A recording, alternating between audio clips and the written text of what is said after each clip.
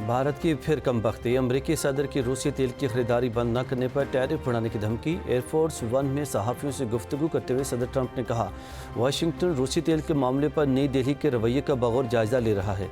अगर भारत रूसी तेल के मसले पर ताउन नहीं करता तो हम इस पर टैरिफ बढ़ा सकते हैं। अमरीकी सदर की वेनेज़ुएला पर दूसरा हमला करने की भी धमकी। कहा, वेनेज़ुएला ने दुरुस्त रवैया इख्तियार न किया तो फिर हमला करेंगे। ट्रंप के क्यूबा से मुतल्लिक भी सख्त अल्फाज का इस्तेमाल।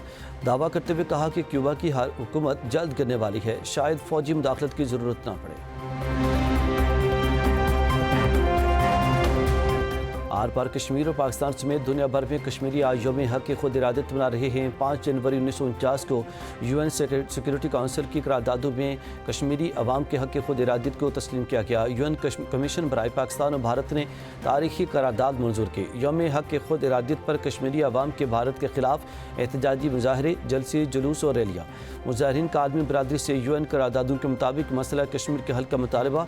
सदर मुमलिकत और वज़ीर आज़म पाकिस्तान का कश्मीरी अवाम की अखलाकी, सफारती और सियासी हिमायत जारी रखने के अज़्म का यादा। वज़ीर आज़म ने अपने पैगाम में कहा कि भारतीय जबर व तशद्दुद के हथकंडे कश्मीरी अवाम के अज़्म को पस्त करने में नाकाम रहे हैं। बैनुल अक़वामी बरादरी भारत के जाबराना इक़दामात के खात्मे के लिए भी इक़दामात उठाए।